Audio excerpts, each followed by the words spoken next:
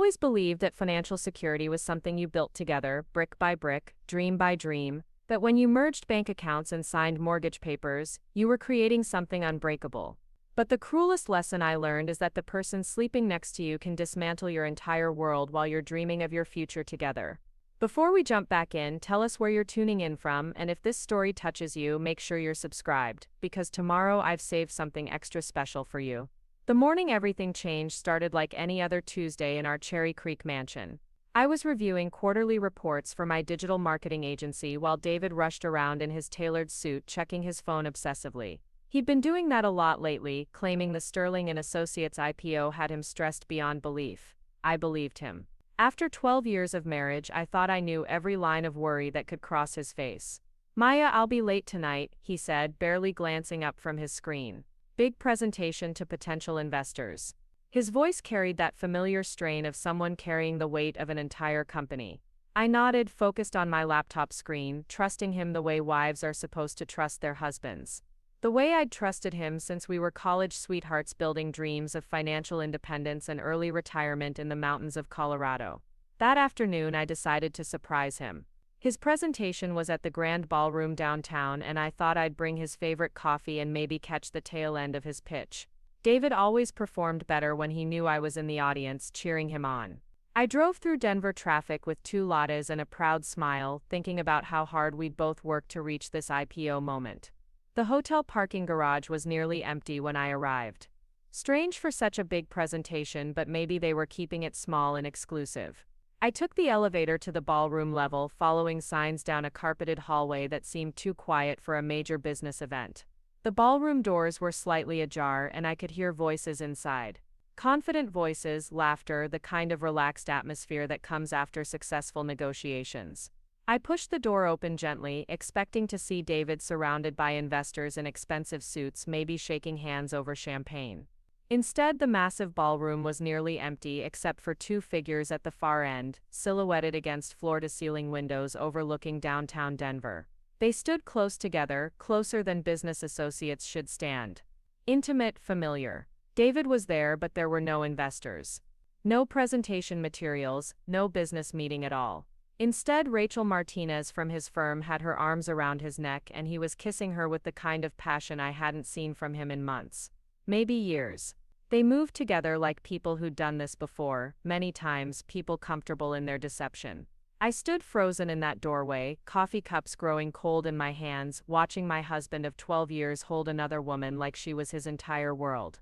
Rachel was laughing softly at something he whispered in her ear, the same laugh she'd given when we'd had dinner at our house just 2 weeks ago, sitting across from me at my own dining room table, making small talk about quarterly projections while apparently planning to steal my life. The coffee cup slipped from my fingers. The sound echoed through the empty ballroom like a gunshot. They sprang apart, David's face cycling through shock, guilt, and something that looked almost like relief. Rachel smoothed her hair and adjusted her blouse with practiced efficiency, like she'd been preparing for this moment. "Maya," David said, and his voice held none of the surprise it should have. No stammering excuses or desperate explanations. Just my name, flat and resigned, like he'd been expecting this confrontation eventually.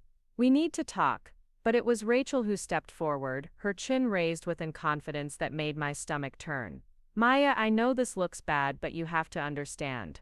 David and we've been trying to figure out how to tell you. We didn't want it to happen this way." I opened my mouth to speak, but nothing came out. The words were trapped somewhere between my throat and my heart, which felt like it was beating in slow motion. The ballroom suddenly seemed enormous around us, all that empty space filled with the weight of lies and broken promises. David ran his hands through his hair, a gesture I'd seen 1,000 times when he was stressed about work, about money, about anything except apparently about destroying our marriage. "Maya, sit down, please let me explain." "Explain what?" The words finally came, barely a whisper. "Explain how long you've been lying to me. Explain how many business trips were actually dates. Explain how you could look me in the eye every morning and pretend to be the man I married." Rachel glanced at David, some silent communication passing between them that excluded me entirely. They had their own language now, their own understanding. I was the outsider in my own marriage. "It's been 6 months, David said quietly. "We tried to fight it, Maya, we really did. But Rachel understands the business in ways that you never could. She understands the pressure, the demands, the vision for where Sterling and Associates is heading. 6 months, half a year of elaborate lies, of coming home to me after spending days with her, of sitting across from me at breakfast while planning a future that didn't include me. 6 months of me working 14-hour days to support his dream while he was busy replacing me with someone younger, someone from his world, someone who apparently deserved the life I'd helped him build. I see, I said, though I didn't see anything clearly except that the man standing in front of me was a stranger wearing my husband's face. And what happens now? David exchanged another look with Rachel, and I realized they'd already discussed this. They'd had conversations about my future without including me in them. I think we should go home and talk about this properly, he said. Figure out the logistics. Like our 12-year marriage was a business merger gone wrong, something that could be dissolved with the right paperwork and proper asset distribution. Preparing and narrating this story took us a lot of time, so if you are enjoying it, subscribe to our channel. It means a lot to us. Now back to the story. I looked at Rachel, who was watching me with what might have been sympathy or might have been calculation. She was beautiful in that polished way that comes from expensive salaries and no children, no years of building someone else's dreams while your own collected dust.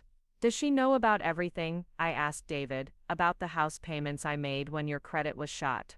About the loans I co-signed when the bank wouldn't trust you alone, about how I mortgaged my parents' restaurant to fund your first investment deals. His jaw tightened. That's ancient history, Maya. We're talking about our future now. Our future, as if there still was one. As if standing in an empty ballroom watching him hold another woman was just a minor bump in our long-term plan. I looked around at the space where I'd expected to celebrate his success, where I'd planned to be his proud wife applauding his achievement.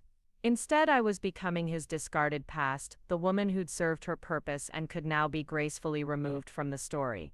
I turned and walked toward the door, my footsteps echoing in the vast emptiness. Behind me, I heard Rachel say softly, "Should we go after her?" And David's response, "Give her time to process. She'll come around to being reasonable about this." Reasonable, as if there was a reasonable way to discover that your entire life was built on lies. As if there was a reasonable way to watch your husband choose someone else while standing in a ballroom that suddenly felt like the most isolated place on earth. I drove home through Denver traffic in a daze, the familiar route from downtown to Cherry Creek looking completely foreign. Every street corner, every building looked different when you realized you were driving toward a house that was no longer really yours. To pack belongings for a future you'd never planned to live. The mansion sat on its perfectly manicured lot like something from a magazine spread. We'd bought it together 5 years ago, after my marketing agency had its breakthrough year and David's investment firm started turning serious profits. I'd chosen every piece of furniture, every paint color, every fixture. I'd spent weekends planning the garden and weeknights researching the best security systems and smart home technology. This house was supposed to be our forever home, the place where we'd grow old together, maybe raise children if we'd ever gotten around to it. Now it felt like a museum dedicated to someone else's life. I walked through rooms that suddenly seemed too big, too perfect, too cold. In the kitchen I found a note from David on the granite countertop. Working late on the Henderson account, leftover Thai food in the fridge. Love you. Written that morning before he left to meet his girlfriend in an empty ballroom, casual lies mixed with domestic routine like poison in sweet tea. I climbed the stairs to our bedroom, past family photos that now looked like elaborate props. Our wedding picture at the landing, both of us young and believing in forever. My college graduation, David's arm around me as I held my marketing degree, ready to conquer the world together. His business school graduation, me beaming with pride because I'd worked 2 jobs to help pay for his MBA. All of it now just evidence of how completely I'd been played. In the bedroom, I sat on the edge of our king-size bed and tried to understand what came next. Divorce obviously, division of assets, lawyers. All those practical details that you never think about when you're saying "till death do us part" because you believe you're marrying someone who means it. My phone buzzed with a text from Jess, my best friend since childhood. "Girls' night tomorrow. I feel like we haven't talked in forever." I stared at the message, wondering how I'd explain that girls' night would now be me crying into wine while dissecting the ruins of my marriage. How do you tell your best friend that you've apparently been the only person in Denver who didn't know your husband was cheating? But first I needed to understand exactly how much I was about to lose. David had always handled our major investments, claiming his financial expertise made him the natural choice for managing our joint portfolio. I'd focused on running my agency while he managed our path to early retirement. Now I needed to see exactly what that path looked like and how much of it I'd be able to keep. I opened my laptop and began logging into our various accounts, starting with checking and savings. The joint accounts looked normal, though lighter than I'd expected. David had mentioned some strategic reinvestments ahead of the IPO, moving money around to optimize our tax situation. I trusted him to handle it. The investment accounts told a different story. Portfolios that should have been robust after years of contributions were surprisingly thin. Money had been moved, restructured, apparently optimized in ways that left me with very little individual ownership. Everything was joint, but structured in ways that seemed to heavily favor David's contributions and control. I was scrolling through statements and trying to make sense of complicated transfers when an email notification popped up on my phone. The sender was unfamiliar, Cayman Islands International Bank Account Activity Alert. I almost deleted it as spam, but something made me pause. I didn't have any accounts in the Cayman Islands. Neither did David, as far as I knew. But when I opened the email, it was addressed to Maya Chen, account holder. According to the message, there had been significant activity in account number ending in 7439. For security purposes, I was being notified of a large incoming transfer that had just cleared $847,000 from Phoenix Digital Solutions. I stared at the screen, reading the words over and over. Phoenix Digital Solutions was my company. My marketing agency, but I'd never opened an offshore account, never even considered such a thing. The idea of hiding money in foreign banks was something I associated with tax evasion and shady business practices, not legitimate small business operations. My hand shook as I called the number listed in the email. After navigating through several automated menus and security questions that I somehow knew the answers to, I reached a human voice with a crisp British accent. Miss Chen, how may I assist you today? I received an alert about account activity, but I'm not sure I understand. I don't remember opening this account. There was a pause, the sound of typing. I see here that the account was established 3 years ago through your business attorney's office. The documentation indicates it was set up to facilitate international client payments and tax optimization for Phoenix Digital Solutions. You signed the papers in March 2022. March 2022. I tried to remember what had happened that month.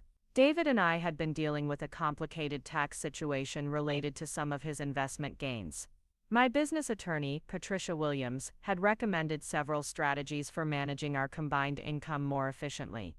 I'd signed a stack of papers during a rushed meeting, trusting Pat to handle the technical details while I focused on a major client presentation. What's the current balance? I asked, afraid to hope. More typing. The account currently holds $2.3 million, Miss Chen. The recent transfer brings your total available funds to just over $3.1 million. I nearly dropped the phone. Over $3 million.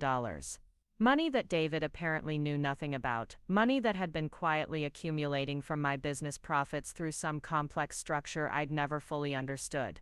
While he'd been moving our joint assets around to minimize my stake in our divorce, I'd been unknowingly building my own financial fortress. I need to access these funds. I said, my voice steadier than I felt. What do I need to do? We can arrange electronic transfers to any domestic account you specify, Miss Chen. Given the amount, we'd recommend setting up multiple transfers to avoid triggering unnecessary reporting requirements. Would you prefer to work with your business attorney on the logistics? Pat Williams. The same woman who'd apparently set up this account while I wasn't paying attention, who'd been quietly protecting my assets in ways I'd never asked for but apparently desperately needed. I suddenly understood why she'd been so insistent about certain business structures, why she'd pushed for international client contracts that seemed unnecessarily complicated at the time. Yes, I said, I'll be in touch with her immediately. After I hung up, I sat in my beautiful bedroom in my beautiful house that was about to belong to someone else, holding the knowledge that would change everything. David thought he was divorcing a woman who'd be financially dependent on his generosity, someone who'd have to accept whatever settlement he deemed reasonable. Rachel probably thought she was getting a man who'd proven he could discard inconvenient wives and upgrade to more suitable partners. Neither of them knew that the woman they'd just betrayed had more money than David had ever seen in one place, hidden in an account they couldn't touch, protected by legal structures they didn't even know existed. I called Pat Williams' emergency line. She answered on the second ring. Her voice immediately alert despite the late hour. "Maya, is everything all right? Pat, I need to see you first thing tomorrow morning. And I need to know everything about an account in the Cayman Islands that apparently has my name on it." There was a pause. "I was wondering when you'd discover that. How much trouble are you in, honey? David's been cheating. We're getting divorced, and apparently he thinks he's going to leave me with nothing." Pat's laugh was sharp and satisfied. "Oh Maya, he has no idea what's coming for him, does he?" "No," I said, looking around the bedroom that would soon belong to my cheating husband and his girlfriend. "But he's about to find out." The next morning, I woke up before dawn with the kind of clarity that only comes after your world has completely shattered. David was already gone, probably at the gym or maybe at Rachel's apartment, maintaining whatever routine they'd established during their 6 months of lies. I made coffee in our kitchen for what I knew would be one of the last times, watching the sunrise paint the Rocky Mountains gold through windows I'd personally selected when we designed this house. By 7 a.m., I was sitting in Patricia Williams' law office in downtown Denver, surrounded by mahogany furniture and legal degrees that suddenly felt like weapons instead of decorations. Pat poured me coffee from an expensive machine and settled behind her desk with the kind of focused attention that made her one of the most successful business attorneys in Colorado. "Tell me everything," she said simply. I described the ballroom, the kiss, Rachel's confident explanations, David's casual dismissal of our 12-year marriage as ancient history. Pat took notes on a yellow legal pad, her pen moving quickly across the paper, occasionally asking clarifying questions about timelines and financial details. "And the Cayman account?" I asked when I finished. "You set that up without telling me." Pat leaned back in her leather chair, a slight smile playing at the corners of her mouth. "Maya, 3 years ago you came to me panicked about tax implications of your agency's international contracts. You were bringing in serious money from clients in Europe and Asia, but David was pushing you to structure everything through your joint accounts for tax efficiency." Something about his tone made me uncomfortable. She pulled a thick file from her cabinet and spread documents across the desk. "I did some research into his financial history. David Sterling has a pattern, Maya. He's been married before, briefly right after college. His first wife was a teacher who helped put him through business school. When they divorced, she got almost nothing because he'd structured their assets in ways that minimized her claim." My stomach dropped. "He was married before. He told me I was his first serious relationship. Teresa Hawkins. They were married for 3 years while he finished his MBA at Wharton. She worked 2 jobs to support them, just like you did. When Sterling and Associates started showing promise, he divorced her and married you 6 months later. Teresa got a small settlement and disappeared from public records. I suspect she signed a non-disclosure agreement." The coffee turned bitter in my mouth. Everything I thought I knew about David, about our love story, about being special enough to inspire his devotion, crumbled like sand. I wasn't his first love or his chosen partner. I was a pattern, a type of woman he targeted for financial support until he could upgrade to someone more suitable for his social aspirations. "So you protected me without telling me," I said slowly. "I protected your business," Pat corrected. Phoenix Digital Solutions needed legitimate international banking to handle overseas clients. The fact that it also created a financial structure David couldn't access or control was just good legal planning. Everything I did was completely above board and in your best interests as a business owner. She handed me a summary sheet that made my head spin. The Cayman account wasn't just a simple offshore savings account. It was the hub of a complex but legal structure that had been routing my international client payments through tax-optimized channels for 3 years. Every contract I'd signed with European and Asian clients had been funneling money into an account that existed solely in my name, completely separate from any joint assets David could claim. "He doesn't know about any of this?" I asked. "How could he? You never told him about the specific details of your international contracts and he never asked. David assumed your agency was a small domestic operation bringing in maybe 6 figures a year. He had no idea you were running a multi-million-dollar international consultancy." That was true. David had always been dismissive of my work, treating my agency like a hobby that happened to generate some useful supplemental income. When I'd mentioned landing major contracts with companies in London and Singapore, he'd nodded absently and returned to discussing his own business deals. He'd never asked about my client roster, my pricing structure, or how I'd managed to build relationships with major corporations across 3 continents. "What happens now?" I asked. Pat's smile turned predatory. "Now we file for divorce and watch David Sterling realize he's not as smart as he thinks he is. Colorado is an equitable distribution state, which means marital assets get divided fairly but not necessarily equally. Your offshore business assets were established and funded entirely through your separate business activity. They're not marital property." She pulled out another document, a preliminary asset analysis she'd apparently been preparing since our phone call last night. "Based on what you've told me about your joint accounts and investments, David has been systematically moving marital assets into structures that favor his control. Normally that would put you at a significant disadvantage, but he's been fighting over a pie while you've been baking an entirely different cake." The numbers were staggering. While David had been manipulating our joint assets worth maybe $800,000, I'd been unknowingly accumulating over $3 million in protected business assets. Money that was legally mine, ethically earned, and completely beyond his reach. "I want to confront him," I said. "I want to see his face when he realizes what he's done." Pat shook her head. "Maya, in divorce proceedings, information is power.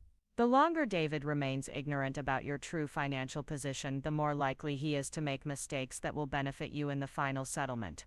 Let him think he's outsmarting you. Let him believe he's getting the better deal. When we're ready to reveal your actual assets, it'll be too late for him to adjust his strategy." But I wasn't thinking like a lawyer. I was thinking like a wife, who just discovered that her entire marriage was a calculated financial extraction, that she'd been selected and discarded according to a playbook David had apparently used before. I wanted him to know that his victim wasn't as helpless as he assumed. I drove home through Denver's morning traffic, past familiar landmarks that now looked different through the lens of financial independence. The cherry trees lining our neighborhood were in full bloom, dropping pink petals like confetti for a celebration I was only beginning to understand. Our house sat peacefully in its manicured landscape, looking exactly like the dream home it had been when I still believed in the dream. David's BMW was in the driveway. He was home, probably preparing for another day of managing his IPO while pretending to be a faithful husband. I parked next to his car and sat for a moment, gathering the courage for a conversation that would end everything we'd built together. I found him in his home office, the converted bedroom where he managed his investment firm's paperwork and made calls to clients who trusted him with their financial futures. He was on the phone when I walked in, gesturing animatedly while discussing market positions and risk assessments. He looked up when I entered and held up one finger, asking for a moment to finish his call. That finger gesture, so casual and dismissive, crystallized something inside me. Even now, even after being caught with his affair partner, David was prioritizing his business calls over addressing the destruction of our marriage. I was supposed to wait patiently while he finished discussing other people's money, just like I'd been waiting patiently for 12 years while he built his career on my financial support. When he finally hung up, David turned to face me with an expression of carefully controlled concern. "Maya, I'm glad you're here. We need to discuss next steps." "Next steps," I repeated. "Like you've already planned this out." He ran his hands through his hair, that familiar stress gesture that used to make me want to comfort him.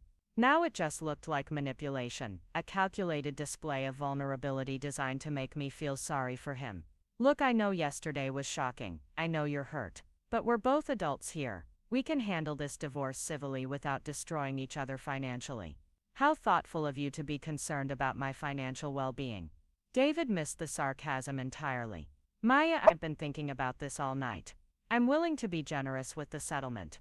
You can keep your agency, obviously, and I'll make sure you get enough from our joint assets to maintain a comfortable lifestyle. Maybe a condo in Capitol Hill, something suitable for a single woman starting over. Something suitable for a single woman starting over." As if I was a charity case he was graciously helping, as if my 12 years of financial contribution to his success were just a minor factor in calculating what I deserved from our divorce. "And what about the house?" I asked. "Well, realistically, Rachel and I will need the space for entertaining clients and investors. The house is really more of a business asset at this point. But we'll make sure you're compensated fairly for your contribution to the down payment. My contribution to the down payment. I'd paid 60% of the down payment on this house, plus all the renovation costs, plus the landscaping, plus the security system. David was talking about compensating me fairly for my own money, as if he was doing me a favor by acknowledging I'd contributed anything at all. How long have you been planning this? I asked. David shifted uncomfortably in his leather chair, the one I'd bought him for his birthday 3 years ago. Maya, it's not like that. Rachel and I didn't plan to fall in love. It just happened. These things happen in business partnerships. You spend long hours together, you share professional pressures that other people can't understand. Other people like your wife who worked 2 jobs to pay for your business school. His jaw tightened. That was a long time ago, Maya. We were different people then. I'm not the same man who needed that kind of support. There it was. The truth he probably didn't even realize he was admitting. David Sterling no longer needed a wife who would sacrifice her own dreams to fund his ambitions. He'd graduated to a different class of woman, one who could match his professional status rather than subsidize it. I'd served my purpose in his rise to success, and now I was being discarded for a more suitable upgrade. What about Teresa? I asked quietly. The color drained from David's face. What about who? Teresa Hawkins. Your first wife. The teacher who put you through business school before I did. David stood up slowly, his careful composure finally cracking. How do you know about Teresa? Does Rachel know she's not your first affair? Does she know about the pattern? There's no pattern, Maya. Teresa was completely different. We were kids, we made mistakes, we grew apart. What happened with her has nothing to do with what's happening now. But his voice lacked conviction. David was realizing that his carefully constructed narrative about our marriage being a unique love story that had simply run its course was falling apart. He was being forced to confront the possibility that he was exactly the kind of man who used women for financial advancement and discarded them when they were no longer useful. I talked to my lawyer this morning. I said, Pat Williams. She's been handling my business contracts for years. Maya, please don't make this ugly. We can work this out between ourselves without getting lawyers involved in every detail. I'm not trying to hurt you here. You're not trying to hurt me. The laugh that came out of my mouth sounded foreign. Harsh. David, you've been cheating on me for 6 months. You've been systematically restructuring our assets to minimize my claim in a divorce. You've been planning to leave me for a woman who works for your company. How exactly would you hurt me if you were trying?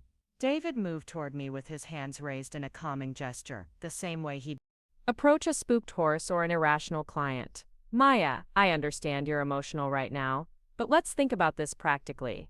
We built a good life together. We can end this respectfully. Make sure we both land on our feet. Both land on our feet, I repeated. Except you're landing in a $3 million house with your new girlfriend, and I'm landing in a condo that you think is suitable for a single woman starting over. I'm trying to be fair here. Fair would have been not cheating on me. Fair would have been asking for a divorce before you started sleeping with Rachel. Fair would have been acknowledging that I funded your business school and your first investment deals and the down payment on this house and the renovation that made it worth what it is today.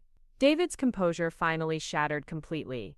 You act like you're the only one who sacrificed anything for this marriage. You act like your little marketing agency is some massive contribution to our success. Maya, I built Sterling Associates from nothing. I'm the one taking it public. I'm the one who turned us into millionaires. Millionaires, I said softly. Is that what you think we are? Maya, the IPO is going to be worth $50 million. Even after taxes and everyone else gets their cut, we're looking at generational wealth. Money that will set us up for life. Generational wealth. Money that would set us up for life. Except there was no us anymore, and the we he was talking about now included Rachel instead of me. David was discussing our future financial security as if I would somehow benefit from the IPO proceeds despite the fact that he was divorcing me to be with another woman.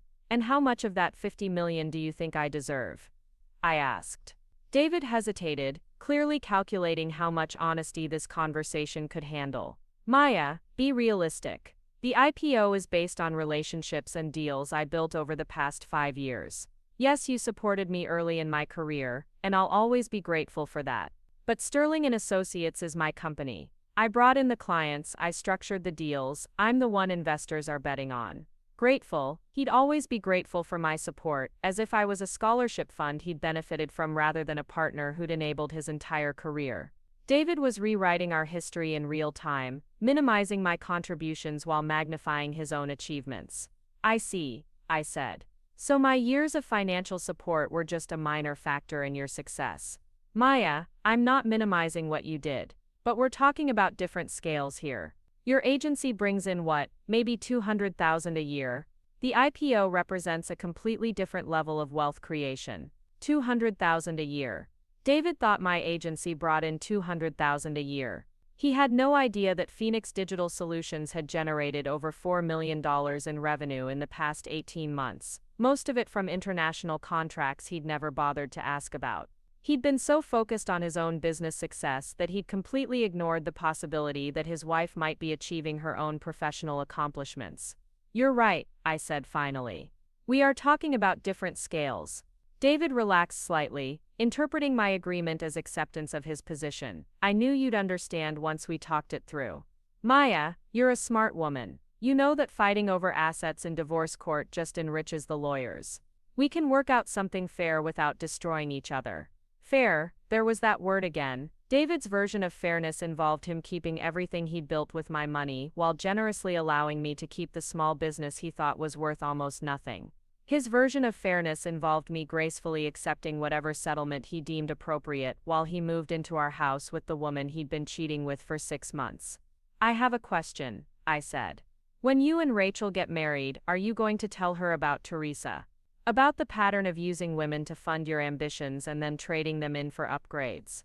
David's face flushed red. There's no pattern, Maya. You're being paranoid and vindictive.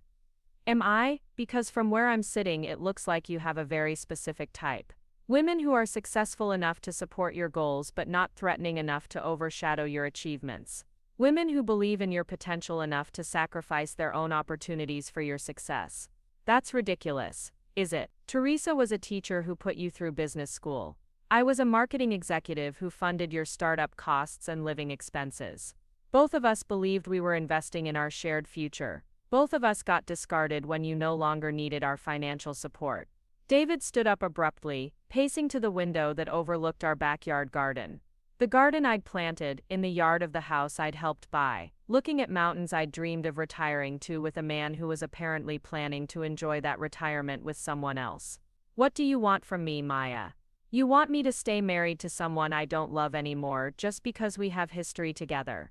You want me to pretend that our marriage is working when we both know it isn't. I want you to be honest about what our marriage actually was. I want you to acknowledge that you didn't fall out of love with me. You graduated from needing me. I want you to admit that Rachel isn't your soulmate. She's your next financial and social stepping stone. You don't know anything about my relationship with Rachel. I know she makes 3 times what I made when we got married. I know she has connections to investment networks that you've been trying to access for years. I know she comes from money, real generational wealth, not the working class background you married me despite. David turned from the window, his expression shifting from defensive to calculating. For the first time since this conversation started, he was looking at me like an opponent rather than an obstacle. Maya, you're clearly upset, and you're saying things you're going to regret. I think we should table this discussion until you've had time to process everything more rationally. Rationally. As if there was a rational way to process discovering that your entire marriage was a business transaction, that your husband had been methodically planning your replacement while you were busy supporting his dreams. As if the appropriate response to 12 years of lies was calm, logical acceptance of whatever future he'd decided you deserved. I'm going to stay at Jess's place for a few days, I said, to give us both space to think about what we really want from this divorce. David nodded, relief evident on his face. He wanted me gone so he could bring Rachel into our house without the awkwardness of his soon-to-be ex-wife witnessing their celebration. He wanted space to plan our asset division without having to look at the woman he was financially abandoning. I think that's wise, he said. And Maya, I really do want this to be as painless as possible for both of us. Painless for both of us. As if we were both equally invested in minimizing the damage. As if we were both equally responsible for the destruction of our marriage. As if we would both benefit equally from a quick, quiet divorce that didn't examine too closely who had contributed what to the wealth David was so eager to protect. I packed a bag while David made phone calls in his office, probably to Rachel, probably planning when she could move into our bedroom without having to worry about running into me in the hallway. I took clothes, toiletries, my laptop, and the few pieces of jewelry that had been gifts from my parents rather than from David. Everything else in this house was contaminated now, tainted by the knowledge that it had been purchased with money I'd earned to build a future I would never see. Jess lived in a converted warehouse in the Reno district, an artsy neighborhood that had gentrified rapidly as Denver's tech scene expanded. She was a freelance graphic designer who'd never married, never combined her finances with anyone, never trusted another person enough to fund their dreams with her own money. When I called her from Pat Williams' office, she'd immediately cleared her schedule and stocked her refrigerator with wine. I found her waiting in her loft with Thai takeout and a bottle of expensive Pinot Noir, the kind of setup that indicated she understood this wasn't a casual visit. Jess was one of those friends who could read emotional disasters from across a room, who knew when to offer advice and when to just provide alcohol and silent support. "How bad is it?" she asked, as I dropped my bag by her door. "He's been cheating for 6 months with a woman from his office. He's planning to marry her and keep our house. He thinks I should be grateful for whatever settlement he's willing to offer." Jess poured wine while I talked, her expression shifting from sympathy to anger as I described the ballroom confrontation, and David's casual dismissal of our marriage as a business arrangement that had outlived its usefulness. She asked clarifying questions about Rachel, about the timeline, about David's financial maneuvering. "What a complete piece of garbage," she said finally. "Maya, I'm so sorry. I had no idea he was capable of something like this." But even as she said it, I could see something else in her expression. A flicker of discomfort, a hesitation that suggested there were things she wasn't saying. Jess had been my closest friend since college, the maid of honor at my wedding, the person I'd called with every major life decision for the past 15 years. If anyone would have noticed signs of David's affair, it would have been her. "Jess," I said slowly. "Did you know? Did you suspect anything?" She took a long sip of wine, avoiding my eyes. "Maya, I didn't know for sure, but there were some things that seemed off." "What kind of things?" "A few months ago, I was at that new restaurant downtown, the one with the rooftop bar. I saw David there with a woman who wasn't you. They were sitting close together, holding hands, definitely not discussing business. I almost came over to say hello, but something about their body language made me hesitate. My stomach dropped. Why didn't you tell me?" "Because I wasn't sure what I was seeing. Maybe it was a client dinner that looked more intimate than it was. Maybe they were discussing sensitive business matters. I didn't want to blow up your marriage over a misunderstanding." "But you suspected." Jess nodded miserably. "I suspected, and I've been feeling guilty about it ever since. Maya, I should have said something. I should have at least asked you if everything was okay at home." I thought about all the times over the past 6 months when Jess and I had talked about my marriage, all the conversations where I'd mentioned David working late or traveling for business, all the opportunities she'd had to share her concerns. She'd stayed silent, choosing to protect David's secret rather than protect me from living a lie. "Who else knew?" I asked. "I don't know. Maybe no one. Maybe everyone." "Maya, you know how these things work in social circles. People see things. They whisper about them, but no one wants to be the person who delivers bad news. No one wants to be the person who delivers bad news. So instead they let you continue living in ignorance. Let you keep supporting your cheating husband's career and planning a future that he'd already decided didn't include you. They let you make a fool of yourself by believing in a marriage that everyone else knew was a sham." "I need to know who else was protecting his secret," I said. "Maya, what difference does it make now? You know the truth. You're getting divorced. Focus on moving forward, not on figuring out who failed to warn you." It did make a difference. It mattered whether I'd been surrounded by people who were complicit in David's deception, whether my entire social circle had been quietly watching me play the role of devoted wife, while knowing that my husband was planning to replace me. It mattered whether the people I trusted had chosen loyalty to David over honesty with me. "I'm going to find out," I said. "I'm going to find out exactly who knew what and when they knew it." Jess refilled our wine glasses, her movements careful and deliberate. "Maya, I understand that you're angry, but turning this into a witch hunt isn't going to help you heal. It's not going to change what David did. This isn't about changing what David did. This is about understanding who I can trust going forward. You can trust me. I made a mistake by not telling you what I saw, but but I was trying to protect you. I was hoping I was wrong. I looked at my oldest friend, the woman who'd been my maid of honor, who'd helped me pick out the dress I wore to marry a man who was apparently following a pattern of using and discarding women. Jess had seen David with another woman months ago, and chosen to say nothing. She'd let me continue planning our anniversary dinner, continue discussing our retirement dreams, continue believing in a marriage that she suspected was already over. "I need some air," I said, standing up from her couch. "Maya, don't leave.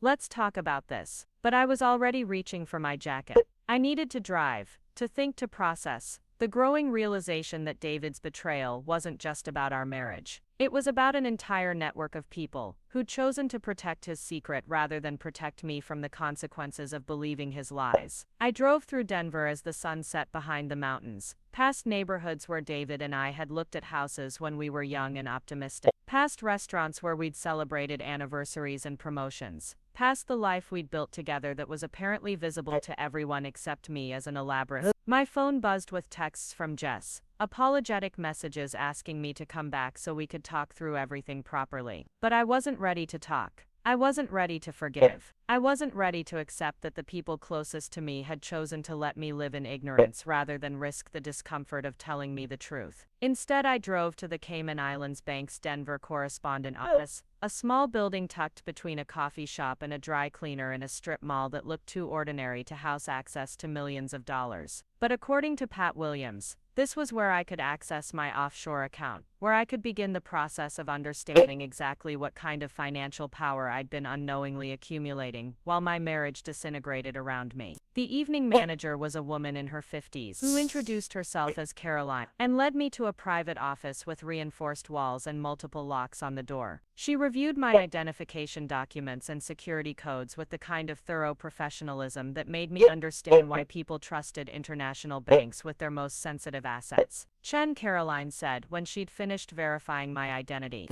"your account shows significant activity over the past 3 years. Are you familiar with the automated transfer protocols that have been managing your international business revenues?" I admitted that I wasn't.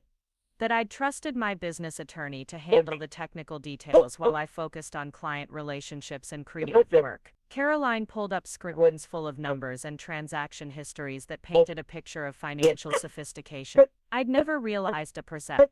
"Your business has been receiving payments from clients in 17 countries, she explained. The automated system routes these payments through tax-optimized channels and converts them to US dollars at favorable exchange rate. The net effect is that your business profits have been accumulating in this account while minimizing your domestic tax burden and protecting the funds from any potential business liability issues." 17 countries. I'd known Phoenix Digital Solutions was growing internationally, but I hadn't realized the scope of my client base or the complexity of the financial structures supporting it. While David had been focused on his $50 million IPO, I'd been quietly building a global business worth millions of dollars that existed completely outside his knowledge or control. "What are my options for accessing these funds?" I asked. Caroline smiled with the confidence of someone who specialized in helping people navigate financial crises. "Miss Chen, you have several options depending on your timeline and privacy requirements. We can arrange domestic transfers, international wire transfers, or establish new accounts in any jurisdiction you prefer. Given that you mentioned divorce proceedings, I'd recommend consulting with your attorney about the optimal strategy for protecting these assets during litigation." Protecting these assets during litigation. Caroline was helping me understand that the money David didn't know about was money he couldn't claim. Money that would remain mine regardless of how the divorce settlement divided our known marital asset. Money that would allow me to rebuild my life on my own terms rather than accepting whatever future David thought I deserved. I left the bank with new account access codes and a secure email connection that would allow me to monitor my international assets in real time. For the first time since discovering David's affair, I felt something other than betrayal and abandonment. I felt power. I felt control. I felt like a woman who had options rather than a victim who had to accept whatever settlement her cheating husband was willing to offer. But as I drove back toward Jess's apartment, I realized that discovering my financial independence was only the beginning. David thought he was divorcing a woman who would be grateful for his generosity and desperate to avoid a contentious legal battle. He had no idea that he'd just declared war on someone who had the resources to fight back, and the motivation to expose every lie he'd built his life around. Yeah. The woman he'd been cheating on wasn't the helpless victim he thought he was discarding. She was a successful international businesswoman, with millions of dollars in protected assets, and a growing understanding of exactly how much damage a motivated opponent could inflict on someone who'd made the mistake of underestimating her. David Sterling was about to learn that some betrayals come with consequences he'd never imagined. And I was about to discover just how satisfying it could be to let someone destroy themselves while thinking they were destroying you. When I returned to Jess's apartment that night, I found her sitting at her kitchen island with her laptop open and a bottle of wine half empty. She looked up when I walked in, her eyes red-rimmed and guilty, like someone who'd been rehearsing an apology for hours. "Maya, I'm so glad you came back. I've been thinking about everything, and I owe you a real explanation." I hung my jacket on her coat rack and studied her face. Jess had been my constant for 15 years. The friend who'd helped me pick out my wedding dress, who'd held my hair back when I was sick, who'd celebrated every professional milestone with me like it was her own achievement. But tonight she looked like a stranger wearing my best friend's face. "Go ahead," I said, settling onto the stool across from her. Jess took a shaky breath. "The truth is, I've known about David and Rachel for longer than a few months. I saw them together for the first time almost 8 months ago, at that investor conference in Aspen. They were in the hotel bar, and Maya, there was no mistaking what I've seen. They were all over each other. 8 months. Not 6 months like David had claimed, but 8 months of lies. 8 months of planning my replacement while I was working 14 other days to support his business dreams. 8 months of Jess watching me discuss anniversary plans and retirement fantasies, while knowing that my husband was actively cheating on me. Why didn't you tell me that?" I asked, though I was starting to suspect the answer wouldn't be something I wanted to hear. Jess stared into her wine glass, avoiding my eyes. "Because David asked me not to." The words hit me like a physical blow. What? "He saw me see them, in the hotel bar. He came over after Rachel went to the bathroom and asked me to keep quiet. He said he was going to end it. That it was just a moment of weakness, that telling you would destroy your marriage for nothing." I felt something cold and sharp settle in my chest. "And you believed him?" "Maya, you have to understand." David was so convincing. He seemed genuinely remorseful. He said he'd made a terrible mistake, but that he loved you and wanted to work things out. He begged me not to blow up your marriage over something he swore would never happen again. But it did happen again. For 8 more months. Jess nodded miserably. "I know." And every time I saw evidence of it continuing, I felt worse about my decision. But by then I'd been keeping the secret for so long that telling you would mean admitting I'd been lying to you for months. I stood up and walked to Jess's window, looking out at the Denver skyline, where lights were beginning to twinkle in the gathering darkness. Down there in one of those buildings, David was probably at dinner with Rachel, celebrating their successful manipulation of everyone around them. Up here in this converted warehouse, I was discovering that even my closest friend had chosen to protect my husband's lies, rather than protect me from living them. "What did he offer you?" I asked without turning around. "What do you mean?" "David's not the kind of man who relies on people's better nature to keep his secrets. What did he offer you in exchange for your silence?" There was a long pause. When Jess finally spoke, her voice was barely above a whisper. "He said Sterling Associates was looking for a new creative director. He said if I could keep things quiet, while he figured out his personal situation, he'd make sure I got an interview." Creative director at Sterling Associates. A position that would pay 3 times what Jess made as a freelance designer. A position that would give her the kind of financial security and professional prestige she'd been chasing for years. David had bought my best friend's silence with the promise of a job opportunity. "And did you get the interview?" I asked. "Maya, I never took the job. When they offered it to me last month, I turned it down. I felt too guilty about the whole situation." "You interviewed for it." "Yes, but I didn't. You interviewed for a job at my husband's company while keeping his affair secret from me." I turned around to face her. "Jess, do you understand what that means? You were actively participating in their business while helping them lie to me." Jess's face crumpled. "Maya, I know how this looks. I know I made terrible decisions, but I never meant to hurt you. I thought I was protecting you." "Protecting me from what?" From the truth. "From having enough information to make my own decisions about my marriage. From unnecessary pain." Maya, David was so convincing about wanting to end the affair. "I thought telling you would just cause you suffering for something that was going to stop anyway." "But it didn't stop, did it?" And while you were protecting me from unnecessary pain, I was making decisions based on lies. I was supporting David's business, planning our future, trusting him with my financial security. All while you knew he was planning to leave me for another woman. Jess wiped her eyes with the back of her hand. I know I failed you. Maya, I'm so sorry. I would do anything to go back and handle this differently. Who else knew? I asked, who else was part of David's protection network? Maya. I don't think there was some grand conspiracy. I think most people just suspected something was off, but didn't want to get involved. I want names, Jess. I want to know exactly who in my social circle was helping my husband humiliate. Jess hesitated, clearly reluctant to implicate other people in her betrayal. But something in my expression must have convinced her that I wasn't going to let this go. Your neighbor, Sandra Mitchell. She saw David and Rachel together at the Cherry Creek Mall a few weeks ago. She mentioned it to me. Asked if you knew David was seeing someone else. Sandra Mitchell, the woman who lived 3 houses down from us, who'd been coming to our annual barbecues for 5 years, who'd helped me organize the neighborhood book club. She'd seen my husband with his affair partner at our local shopping center, and her first instinct was to gossip about it with my best friend, rather than tell me directly. Who else? Tom Richardson from David's golf club. He's known for months, and probably Dr. Martinez from your doctor's office. Since Rachel's been going there too. And they've been seen together in the winter. Dr. Martinez, my gynecologist, the woman I'd been seeing for years, who'd known about David's affair. Because his girlfriend was also her patient. She'd examined me, discussed my health, asked about my stress levels and relationship satisfaction, all while knowing that my husband was cheating on me with another woman, who sat in her waiting room. Anyone else? Please, this isn't helping anything. These people aren't your enemy. They just didn't know how to handle an impossible situation. An impossible situation. I laughed, but there was no humor in it. Just telling someone their spouse is cheating isn't impossible. It's uncomfortable. It's awkward. It might cause some social drama, but it's not impossible. What's impossible is rebuilding trust with people who watched you live a lie and chose to protect the liar instead of you. I walked back to the kitchen island and picked up my purse. I need to ask you something, and I need you to be completely honest with me. Jess nodded, though she looked terrified of what I might ask. Did David ever suggest that you should encourage me to be more understanding about his late nights and business trips? Did he ever use you to manipulate my perception of his behavior? Jess's face went pale. Maya, you have to understand the context. Did he or didn't he?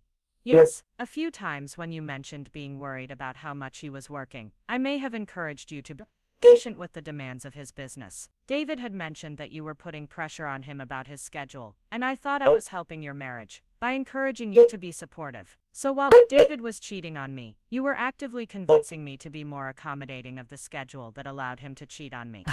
I didn't know that's what I was doing, but that's what you were doing. Whether you knew it or not, you were functioning as David's accomplice, helping him gaslight me into accepting behavior that should have been red flags. I slung my purse over my shoulder and headed toward the door. Jess jumped up from her stool, panic evident in her voice. Maya, where are you going? You can't drive upset like this. Stay here tonight. Let's work through this together. Work through what, Jess? You made your choice 8 months ago when David asked you to keep his secret. You chose him over me, his comfort over my right to know the truth. There's nothing to work through. Maya, please. I know I messed up, but we've been friends for 15 years. That has to count for something. I paused at her door, my hand on the handle. You're right.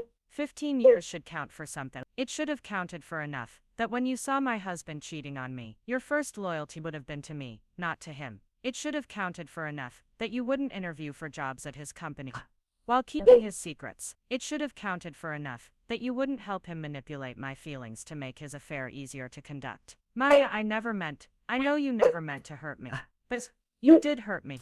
Jess, you hurt me in ways that David never could. Because I expected loyalty from you. I expected honesty from you. I expected that if anyone in the world would protect me from being made a fool of, it would be my best friend. I opened the door and stepped into the hallway, leaving Jess standing in her apartment, with tears streaming down her face. But I felt no satisfaction in her pain, no sense of justice or vindication. I just felt hollow, like another piece of my life had been revealed as an elaborate lie. I drove through Denver with no particular destination, past landmarks that held memories of happier times, when I'd believed in the people around me. The city looked different now, like a stage set where everyone had been playing roles I'd never understood. I'd been the naive wife, grateful for her husband's success and her best friend's support, While they'd all been protecting each other from the inconvenience of my feelings, my phone buzzed with text messages from Jess. I see paragraphs asking me to reconsider, to give her a chance to make things right. But there was no making this right. There was no apology that could undo 8 months of lies, no explanation that could justify her decision to prioritize David's comfort over my right to make informed decisions about my own life.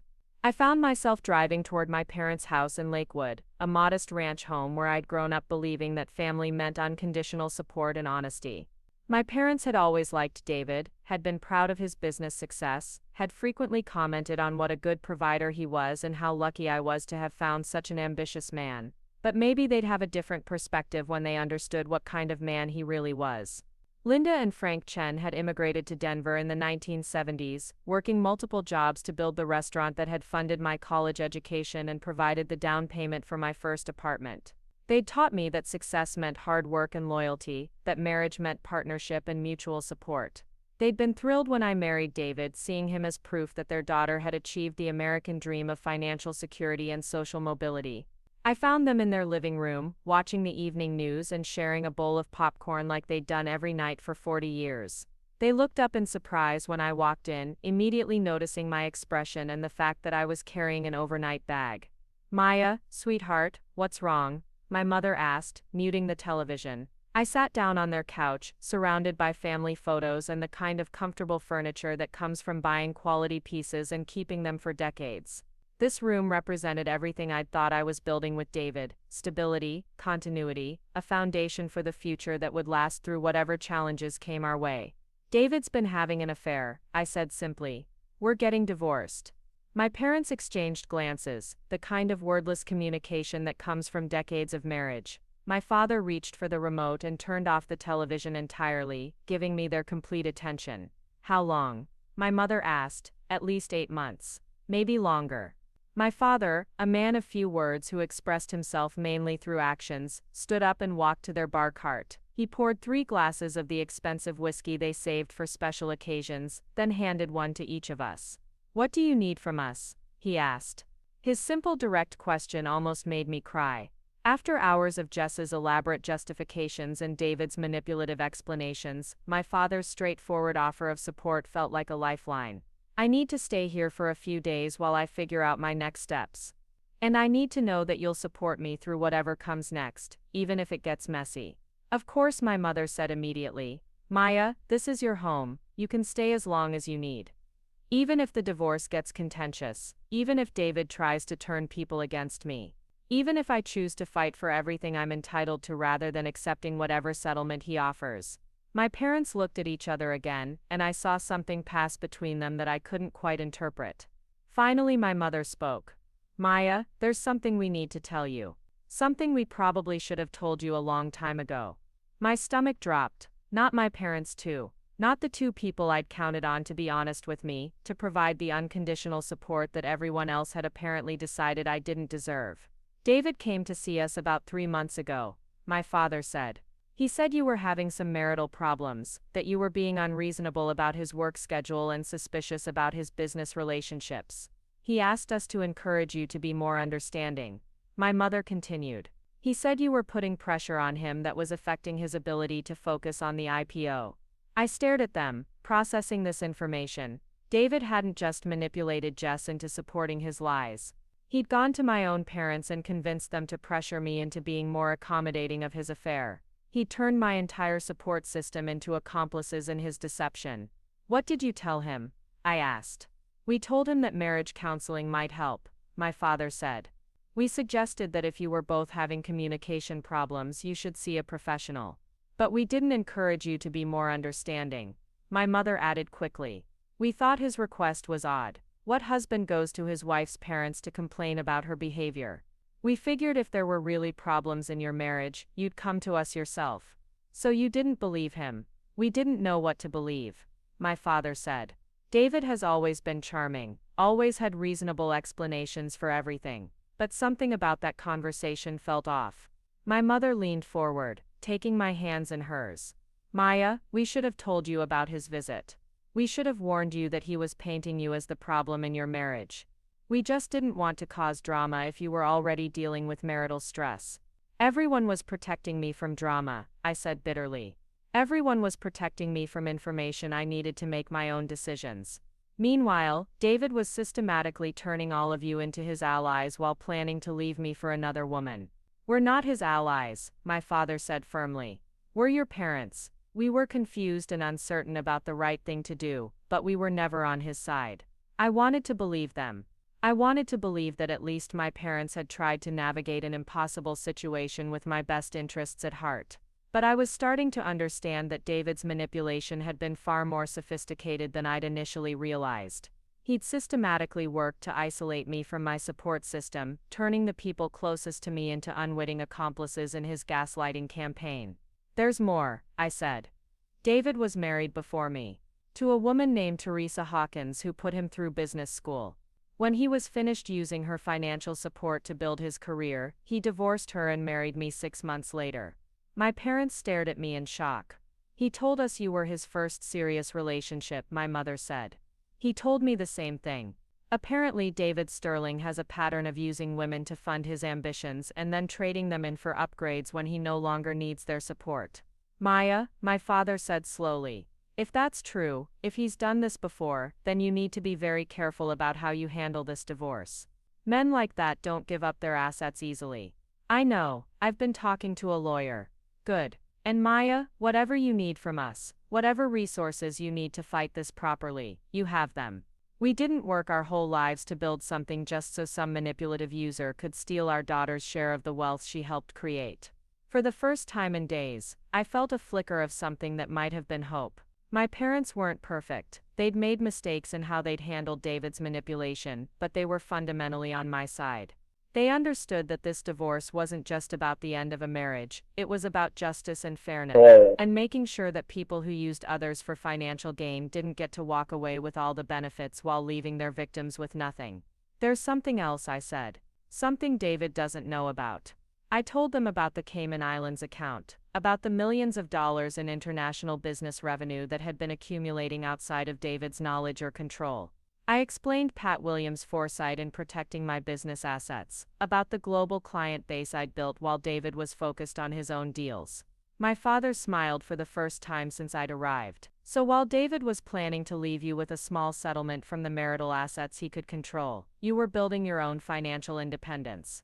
Exactly. David thinks he's divorcing a woman who'll be grateful for his generosity. He has no idea that he's actually divorcing someone who has more liquid assets than he's ever seen in one place. When are you going to tell him? My mother asked. I'm not. Pat Williams says the longer David remains ignorant about my true financial position, the more likely he is to make mistakes that will benefit me in the final settlement. She wants to let him think he's outsmarting me right up until the moment we reveal my actual assets in court. My parents exchanged another look, and this time I could read the communication passing between them. They were proud of me for protecting myself, proud that their daughter had built something valuable and beautiful while her husband was busy planning her destruction. Maya, my mother said, we're sorry we didn't handle David's visit better. We're sorry we didn't tell you immediately that he was trying to manipulate your relationship with us. We won't make that mistake again. And we want you to know, my father added, that whatever happens in this divorce, whatever David tries to do to you financially or socially, we're going to make sure everyone in our circle knows exactly what kind of man he really is. I hugged them both, feeling for the first time in days like I had solid ground beneath my feet. My husband had betrayed me, my best friend had betrayed me, half my social circle had been complicit in protecting David's lies, but my parents understood the stakes. They understood that this wasn't just about a failed marriage, it was about a pattern of predatory behavior that had to be stopped. That night, I slept in my childhood bedroom, surrounded by high school awards and college photos and reminders of the person I'd been before I met David Sterling. I'd been ambitious, independent, confident in my own abilities and judgment. Somewhere along the way, I'd allowed marriage to make me smaller, more dependent, more willing to defer to David's expertise in areas where I should have trusted my own instincts. But that woman was still inside me, and she was about to remind David Sterling and everyone else exactly what happened when you underestimated someone who had more resources than you realized, and more motivation for justice than you could imagine. Tomorrow I would begin the process of reclaiming everything David thought he'd taken from me, and I would make sure that everyone who'd protected his lies understood the consequences of choosing his comfort over my right to the truth. The woman David thought he was discarding was about to show him just how much power he'd never known she possessed. The next morning, I woke up in my childhood bedroom to the sound of my mother making coffee downstairs and my father reading the newspaper aloud, a ritual they'd maintained for decades. For a moment, lying in the narrow bed where I'd dreamed about my future as a teenager, I could almost pretend that the last few days had been a nightmare. Then I saw my overnight bag on the chair where I'd dropped it, and reality crashed back with the weight of everything I'd lost, and everything I was about to fight to reclaim. My phone had 17 missed calls from David, and 43 text messages that ranged from concerned to angry to manipulative. The progression told its own story: initial worry about where I'd gone, followed by irritation that I wasn't responding to his attempts at contact, escalating to threats about how my irrational behavior would affect our divorce proceedings. The final message, sent at 2 in the morning, was the most revealing. Maya, you're embarrassing yourself. Come home so we can discuss this like adults. Embarrassing myself. As if discovering your husband's affair, and refusing to quietly accept his version of how the divorce should proceed was some kind of social faux pas. As if I was the one behaving inappropriately by not gracefully stepping aside to make room for his new relationship. I deleted every message without responding, and went downstairs to find my parents. They were sitting at their kitchen table with the paper spread between them, but I could tell they'd been waiting for me to wake up. My mother had prepared a full breakfast despite the fact that I rarely ate more than coffee and toast, and my father had already called his restaurant to tell them he'd be in late. How did you sleep? My mother asked, though my face probably answered that question. Better than I have in months, I said, which was true. For the first time in longer than I could remember, I'd slept without the underlying anxiety that had been plaguing me for months without understanding why. My subconscious had apparently been picking up signals that my conscious mind had missed, warning me that something was fundamentally wrong in my marriage. David's been calling the house, my father said. I let it go to voicemail, but he's persistent. I wasn't surprised. David was probably panicking, realizing that his carefully controlled narrative was starting to unravel. He'd expected me to cry, maybe argue, certainly to demand explanations and reassurances. He hadn't expected me to disappear entirely, leaving him to wonder what I might be doing, or who I might be talking to. Let him wonder, I said. I'm going to Pat Williams' office this morning to start the formal divorce proceedings. Do you want us to come with you? My mother asked. The offer touched me more than I could express. My parents had never been the type to insert themselves into my adult decisions, but they understood that this situation required all the support I could gather. Thank you, but I need to handle this myself. I've been letting other people manage my decisions for too long. I arrived at Pat's office an hour before our scheduled appointment, using the extra time to review documents and prepare for what I knew would be a complex legal battle. Pat's secretary offered me coffee and magazines, but I was too wired to sit still. I paced her waiting room, mentally rehearsing everything I wanted to say, and preparing for every argument David might make. When Pat finally called me into her office, she had a stack of papers on her desk that looked ominous and official. Maya, I've been busy since our conversation yesterday. I think you're going to be very interested in what I've discovered. She handed me a folder labeled Sterling, David Background Investigation.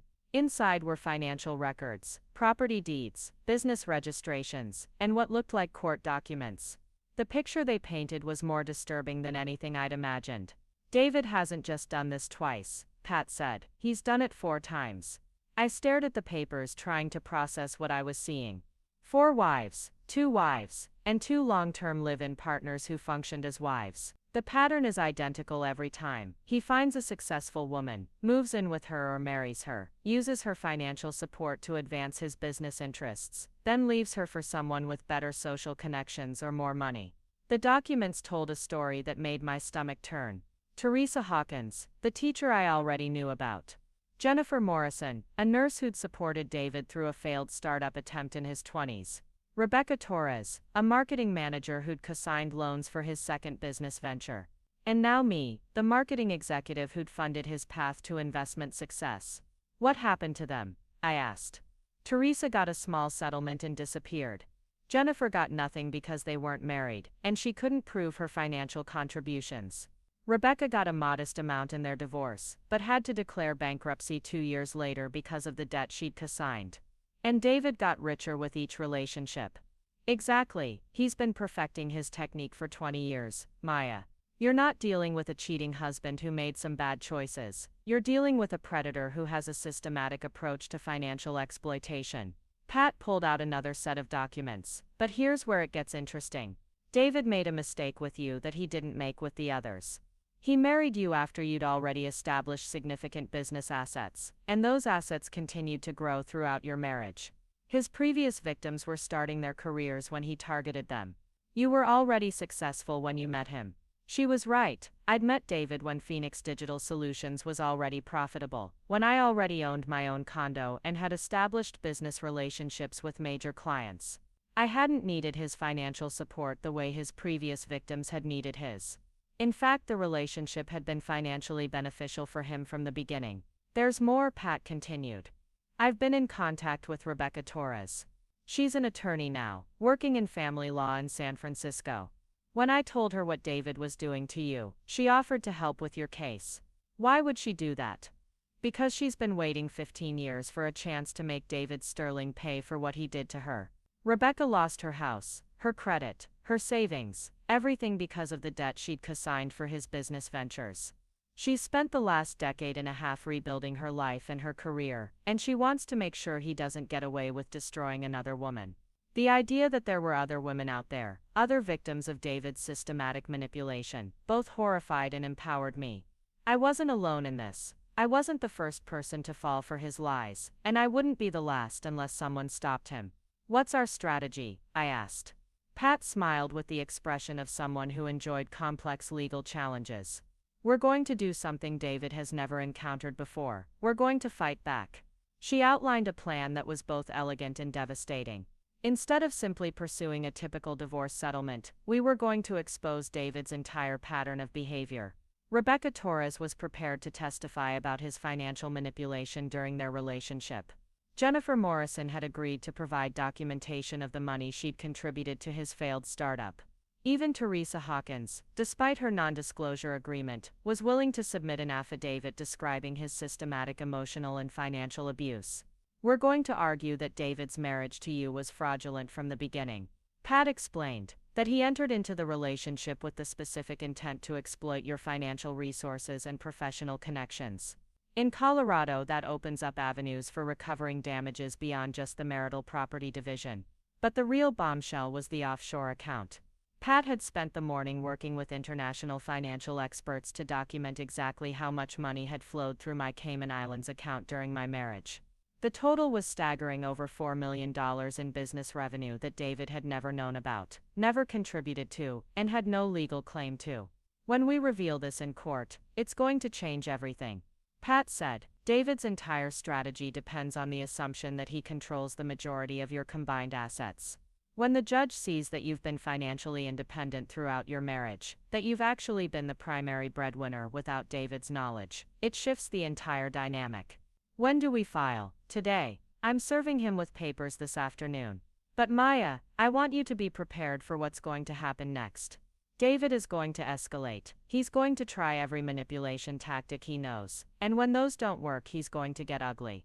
I thought about David's text messages from the night before, the progression from concern to anger to threats. Pat was right.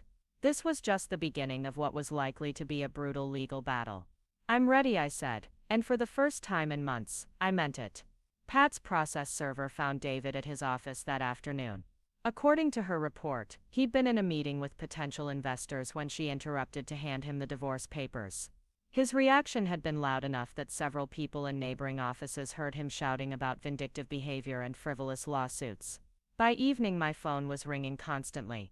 David called 17 times in 2 hours, leaving increasingly frantic voicemails demanding that I call him back immediately. When I didn't respond, he started calling my parents' house. When they refused to put me on the phone, he began showing up at places where he thought he might find me. I was having dinner with my parents when our neighbor called to tell us that David was parked outside their house, sitting in his BMW and staring at their front door.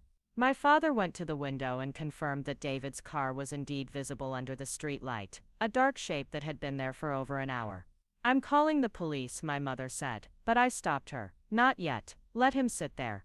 Let him realize that intimidation isn't going to work this time." But David wasn't finished with intimidation tactics. The next morning, I discovered that he'd been busy overnight. My personal social media accounts had been flooded with comments from fake profiles, all posting variations of the same message: warnings about vindictive ex-wives, and false accusations and gold-digging behavior. Someone had also created a fake business review account and posted negative reviews of Phoenix Digital Solutions on every platform they could find.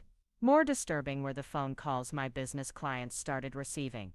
Someone was contacting them to warn them about potential disruptions to my agency's operations due to personal issues and legal complications. The caller was professional and polite, expressing concern about contract fulfillment and suggesting they might want to consider alternative providers for their marketing needs.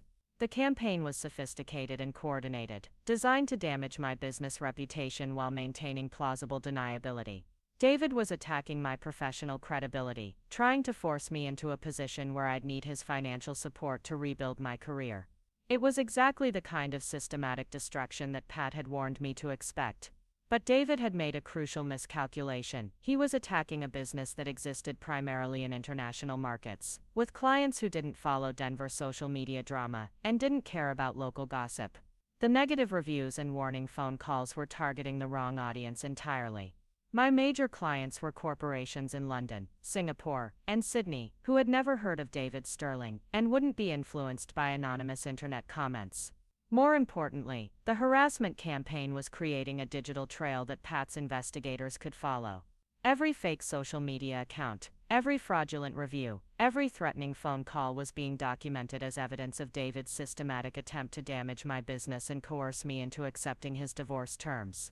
"He's making our case for us," Pat told me, when I arrived at her office with printouts of the online harassment. "This kind of behavior demonstrates exactly the pattern of manipulation and financial abuse we're alleging. David is so confident in his ability to control you that he can't stop himself from providing evidence of his predatory behavior." That afternoon, Pat filed an additional motion seeking an emergency restraining order and requesting that the court freeze all of David's assets pending the outcome of our fraud investigation. The motion included affidavits from his previous victims, documentation of the harassment campaign, and financial records showing the systematic way David had exploited women throughout his adult life. The response was immediate and explosive. David's lawyer called Pat within an hour, demanding a meeting to discuss reasonable settlement terms and warning about the reputational damage that would result from public disclosure of the allegations. But it was too late for damage control. The story was already spreading through Denver's business community, enhanced by David's own ham-fisted attempts at intimidation. By the end of the week, 3 major investors had withdrawn from Sterling Associates IPO pending resolution of the legal issues surrounding David's personal conduct.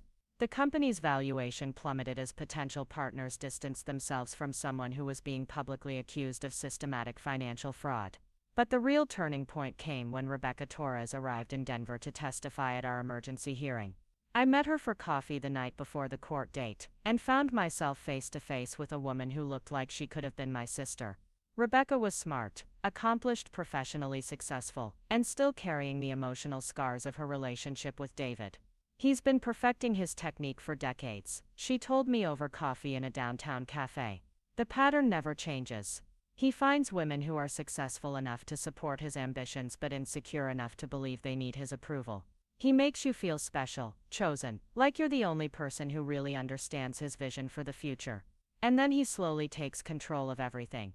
Exactly. Financial decisions, social relationships, even your perception of your own worth. By the time you realize what's happening, you're so isolated and financially dependent that leaving seems impossible." Rebecca had brought boxes of documents with her, records that Pat's team had been analyzing for weeks. Bank statements showing how David had systematically drained joint accounts before their divorce. Loan applications where he'd forged her signature. Business documents proving that he'd used her credit to secure funding for ventures that existed only on paper. "The difference with you," Rebecca said, "is that you have resources he doesn't know about. You have the power to fight back in ways that his previous victims never could." She was right. David had targeted me because he thought I fit his usual pattern: successful enough to be useful, but dependent enough to be controlled. He'd had no idea that I was building financial independence that existed completely outside his knowledge or influence. The emergency hearing was held in a downtown courthouse that felt like a temple to justice, all marble columns and impressive architecture designed to remind everyone that serious business was conducted within its walls. David arrived with his lawyer and Rachel, who apparently thought her presence would demonstrate his emotional stability and commitment to moving forward with his life. Judge Patricia Morrison was a woman in her 60s who'd built her reputation on complex financial cases and had little patience for manipulation or grandstanding. She listened to Pat's presentation with the focused attention of someone who understood the broader implications of the case she was hearing. When Pat finished outlining our allegations and evidence, Judge Morrison turned to David's lawyer with an expression that suggested she was not impressed with what she'd heard so far.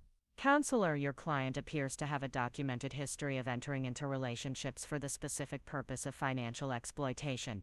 How do you respond to that allegation?"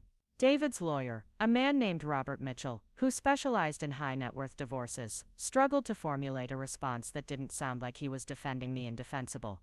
"Your Honor, my client's previous relationships ended amicably, and any financial arrangements were mutually beneficial partnerships between consenting adults."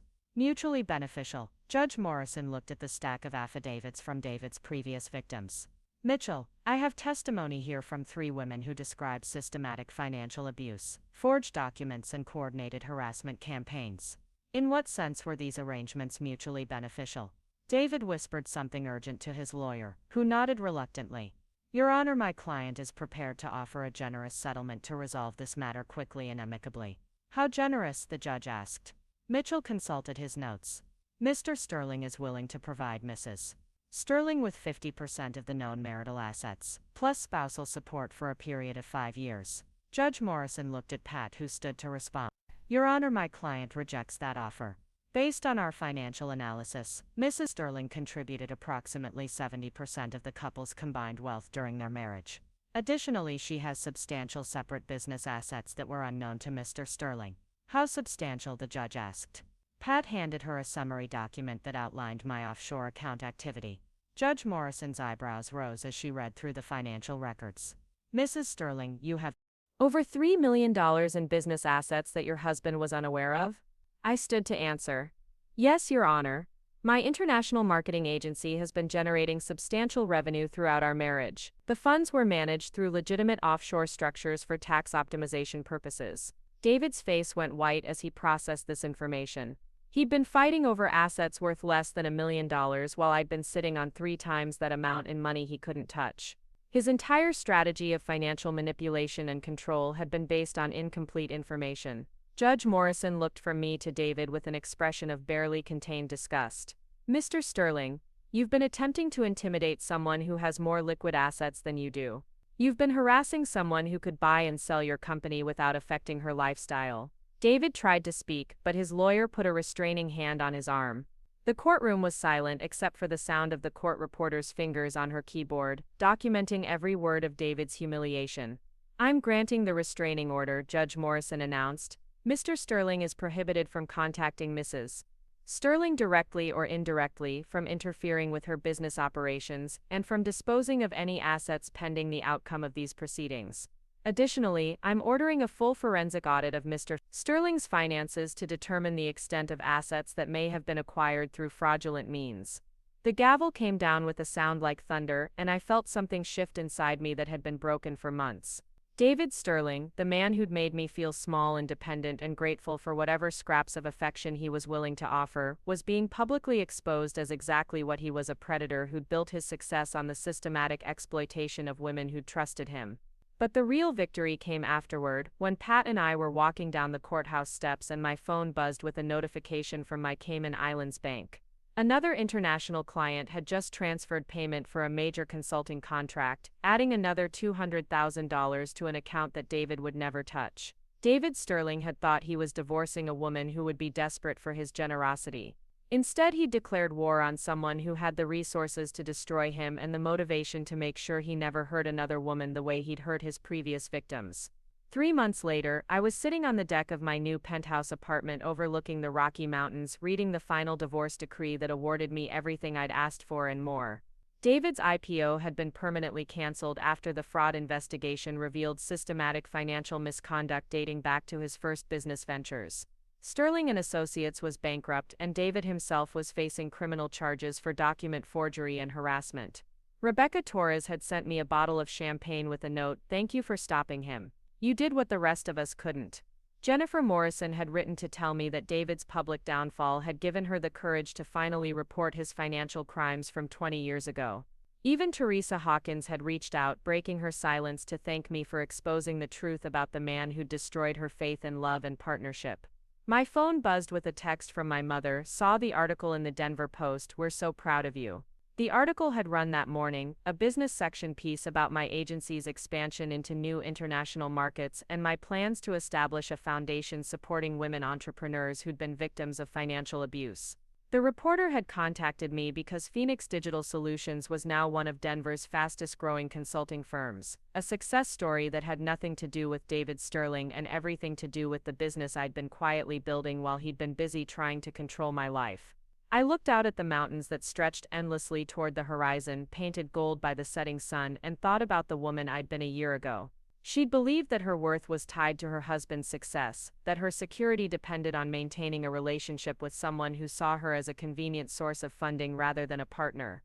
That woman was gone, replaced by someone who understood that the only security worth having was the kind you built for yourself. Someone who knew that the only love worth accepting was from people who saw your strength rather than your usefulness. David Sterling had thought he was taking everything from me when he chose Rachel Martinez over our marriage. But what he'd actually done was set me free to become the person I'd always been capable of being, if I'd had the courage to stop making myself smaller for the comfort of someone who'd never deserved my sacrifices. I raised my glass to the mountains, to the sunset, to the future that belonged entirely to me. The woman David had tried to discard was building something he'd never understand, a life based on her own achievements, her own choices, her own unshakable knowledge of her worth. And tomorrow I would wake up in a home I'd bought with money I'd earned, surrounded by success I'd created, planning a future that no one could take away from me. 6 months after the courthouse victory, I was standing in the conference room of my new downtown Denver office, looking out at the city skyline while my team prepared for our biggest client presentation yet. Phoenix Digital Solutions had evolved from a one-woman operation into a thriving consultancy with 12 employees and contracts spanning 4 continents. The irony wasn't lost on me that David's attempt to destroy my business had actually accelerated its growth, forcing me to reach out to international markets that had proven far more lucrative than anything I'd imagined possible.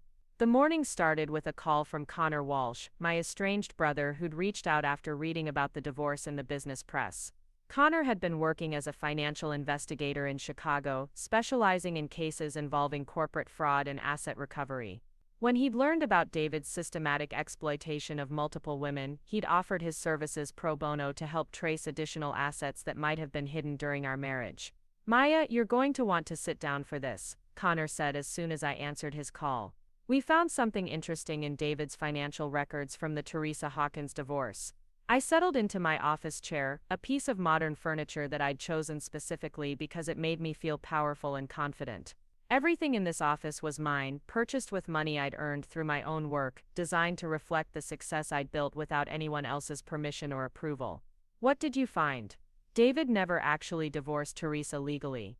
The paperwork was filed incorrectly and the divorce was never finalized. According to Illinois state records, David Sterling is still legally married to Teresa Hawkins. I felt my coffee cup slip from my fingers, the hot liquid splashing across my desk. "What are you saying?" "I'm saying your marriage to David was never legal. You were never actually married to him, Maya. Which means everything you accumulated during your relationship, every asset, every piece of property, every dollar in your accounts belongs entirely to you." The implications hit me like a physical blow.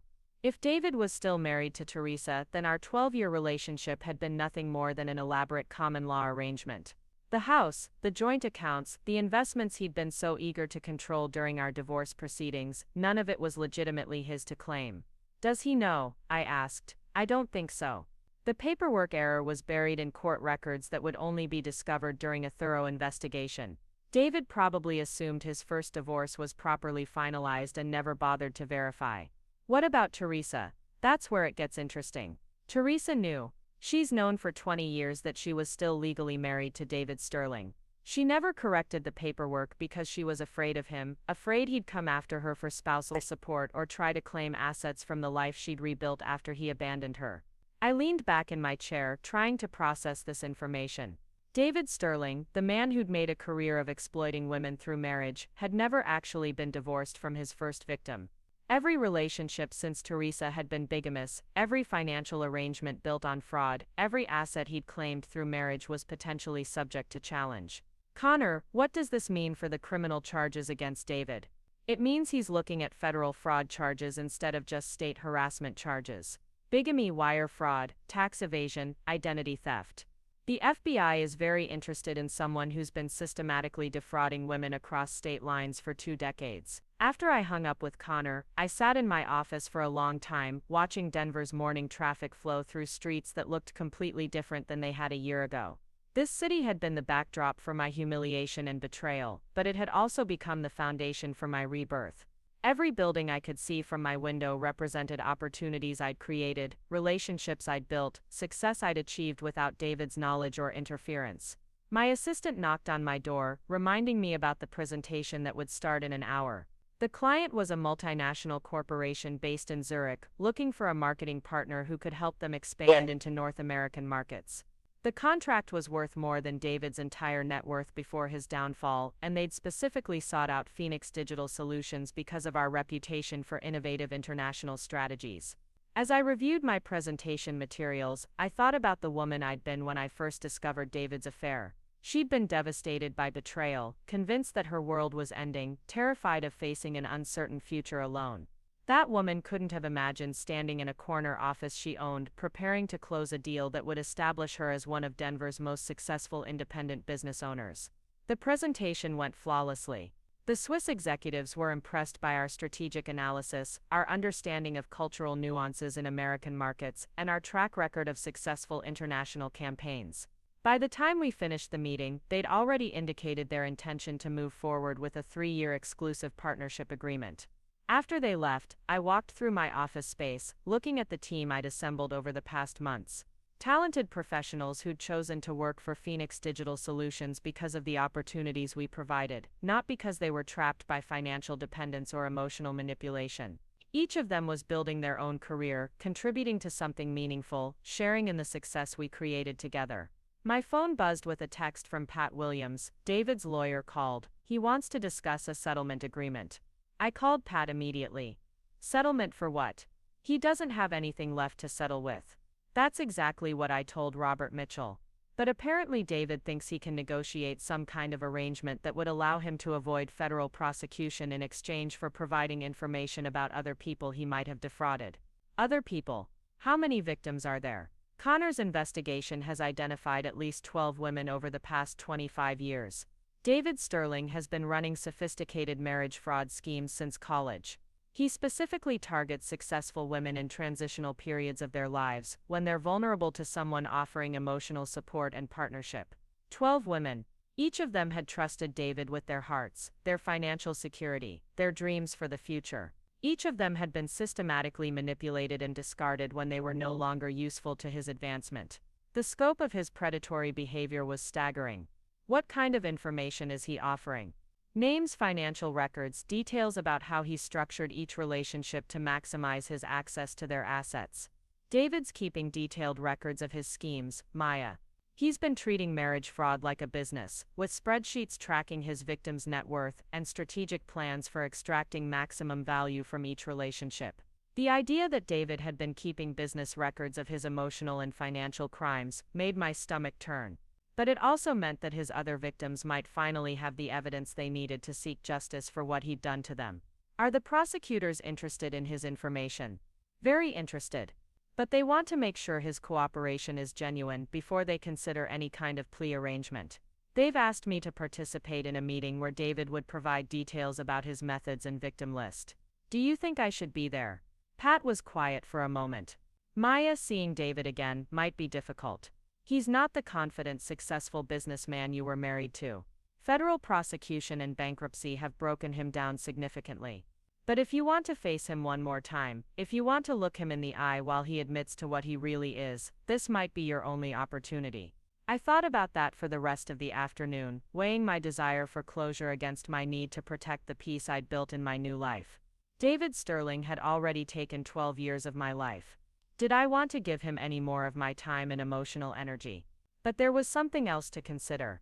If David's cooperation could help his other victims recover stolen assets or find closure for their own trauma, then my participation might serve a purpose beyond my personal satisfaction. Rebecca Torres had flown to Denver to help me fight David. Jennifer Morrison had provided documentation that strengthened our case. Teresa Hawkins had broken her silence to support my legal battle. I owed it to them to help build the strongest possible case against the man who'd hurt all of us. The meeting was scheduled for the following week at the Federal Building downtown, in a conference room that felt more like an interrogation chamber than a legal proceeding. David arrived in handcuffs, wearing an orange jumpsuit that made him look smaller and older than I remembered. The confident, charismatic businessman who'd convinced 4 women to fund his dreams was gone, replaced by someone who looked defeated and desperate. He glanced at me when he entered the room, and for a moment I saw a flicker of the old David, the man who'd once made me feel special and chosen and loved. But it passed quickly, replaced by the calculating expression of someone trying to figure out how to manipulate his way out of consequences he'd finally earned. "Maya," he said quietly, "I'm glad you're here. I've been wanting to apologize for everything that happened between us." I looked at him across the conference table, this man who'd shaped so much of my adult life, who'd taught me to doubt my own worth and accept less than I deserved. But sitting in this federal building, surrounded by prosecutors and investigators and evidence of his systematic crimes, I felt nothing but pity for him. "David, I'm not here for an apology. I'm here to make sure you don't hurt anyone else the way you hurt me, and Teresa and Rebecca and Jennifer, and all the other women whose names I don't even know yet." The lead prosecutor, a woman named Sarah Chen, who specialized in financial crimes, opened a thick folder and began asking David specific questions about his methods. How did he identify potential victims? How did he gain access to their financial accounts? How did he convince them to support his business ventures while hiding his true financial situation? David answered each question with the detached professionalism of someone providing technical expertise. He described his targeting criteria: successful women between the ages of 25 and 40, who were either starting new careers or recovering from previous relationship trauma. He explained his timeline: 6 months to establish emotional dependence, another 6 months to gain access to financial accounts, then 2 to 3 years of systematic asset extraction before moving on to the next victim. The coldness of his analysis was breathtaking. David had turned love and partnership into a predatory business model, with each woman representing a calculated investment opportunity rather than a human being worthy of genuine affection and respect. "Mr. Sterling," Sarah Chen said, "you kept spreadsheets tracking your victims' financial contributions to your various business ventures. Can you explain how those records were organized?" David nodded, pulling out a stack of papers that his lawyer had provided. Each woman had her own file with financial projections, contribution schedules, and exit strategies. I tracked their income, their savings, their borrowing capacity, and their emotional vulnerabilities. Emotional vulnerabilities. Things I could use to maintain control. Fear of abandonment, need for approval, guilt about past relationships, insecurity about their professional achievements. Everyone has psychological weak points that can be exploited if you know how to identify them. I listened to David describe me as a case study in emotional manipulation, explaining how he'd used my desire for partnership and my fear of being alone to convince me to fund his MBA program and support his early business ventures. According to his records, I'd contributed over $600,000 to his success before I'd even realized I was being used. But what struck me most was how completely wrong his analysis had been. David had seen me as someone who needed his approval and validation, someone who would sacrifice my own dreams for the chance to be chosen by him. He'd never understood that my financial support came from strength, not weakness, that I was building my own success while helping him achieve his. His entire predatory model was based on the assumption that successful women were secretly insecure and desperate for male approval. He'd never considered the possibility that someone might be genuinely generous, truly loving, authentically committed to partnership. David Sterling was so psychologically damaged himself that he couldn't recognize healthy emotions when he encountered them. The meeting lasted 4 hours, during which David provided names, dates, financial records, and detailed descriptions of emotional manipulation techniques he'd used on dozens of women over the course of his adult life. By the time it ended, the prosecutors had enough evidence to file federal charges that would put him in prison for the rest of his life. As we were leaving the building, David's lawyer approached me in the hallway. "Mrs. Sterling, my client would like to speak with you privately if you're willing." I looked at Pat, who shrugged. "It's your choice, Maya, you don't owe him anything." But I was curious, after everything that had happened, after all the lies and manipulation and systematic destruction, what could David Sterling possibly have to say to me? We met in a small conference room with his lawyer and Pat present as witnesses. David looked exhausted, older than his years, like someone who'd finally run out of schemes and manipulations, and was facing the consequences of a lifetime of predatory behavior. "Maya, I know you probably don't believe this, but I did love you. In my own way, I thought what we had was real." I studied his face, looking for any sign of genuine remorse or understanding. "David, you kept spreadsheets documenting how to manipulate my emotions and extract money from my accounts. That's not love, that's not even human. I know how it looks. But you were different from the others, Maya. You were stronger, more independent. You challenged me in ways that scared me. Is that why you chose Rachel, because she was less challenging?" David nodded miserably. "Rachel fit the profile better. Younger, more dependent, easier to control. I thought she'd be simpler to manage than you were becoming. I was becoming harder to control, because I was growing as a person, because I was building my own success, and gaining confidence in my own abilities. That threatened your business model. Yes. And I'm sorry for that. I'm sorry I couldn't appreciate what you were offering me honestly, instead of trying to exploit it for my own benefit." I looked at this man who'd consumed 12 years of my life, who'd taught me to doubt my own worth and accept crumbs of affection as if they were generous gifts. But sitting across from him now, I felt nothing but relief that he was no longer my problem to solve. "David, I hope you use your time in prison to figure out how to become a decent human being. Not for me, not for your other victims, but for yourself. Because the person you are right now isn't capable of love or happiness, or any of the things that make life worth living." That was the last time I saw David Sterling. 3 months later, he was sentenced to 15 years in federal prison for mail fraud, wire fraud, tax evasion, and conspiracy charges related to his systematic exploitation of multiple victims across state lines. The judge specifically noted the predatory and calculating nature of his crimes, and the devastating impact on women who trusted him with their financial security and emotional well-being. Teresa Hawkins finally filed for divorce, and received a settlement that included assets David had hidden during their original separation 20 years earlier. Rebecca Torres was able to recover money she'd lost in forged loan applications, and received compensation for the damage to her credit and career. Jennifer Morrison and several other victims filed civil suits that resulted in additional financial recovery from assets David had accumulated through fraud. But the real victory wasn't financial. It was watching women who'd been isolated and ashamed find the courage to speak out about their experiences. It was seeing a pattern of predatory behavior exposed and stopped before it could claim more victims. It was knowing that David Sterling would never again have the opportunity to convince a trusting woman that her worth was tied to his approval. A year after David's sentencing, I was invited to speak at a conference for women entrepreneurs in San Francisco. The organizers had asked me to discuss building international business relationships, but as I stood on that stage looking out at hundreds of successful women, I found myself talking about something else entirely. I spent 12 years of my life believing that my value was determined by someone else's perception of my usefulness, I said. I thought partnership meant making myself smaller so someone else could feel bigger. I thought love meant sacrificing my own dreams to fund someone else's ambitions. The audience was silent, attentive in the way that suggested my words were resonating with experiences many of them had lived themselves. But here's what I learned: the only security worth having is the kind you build for yourself. The only love worth accepting is from people who celebrate your strength rather than exploit your generosity. And the only partnership worth maintaining is with someone who sees your success as adding to their happiness rather than threatening their control. After my speech, dozens of women approached me to share their own stories of financial manipulation, emotional abuse, and systematic exploitation by partners who'd convinced them their worth was tied to their willingness to sacrifice. Each conversation reinforced my understanding that David Sterling wasn't an anomaly.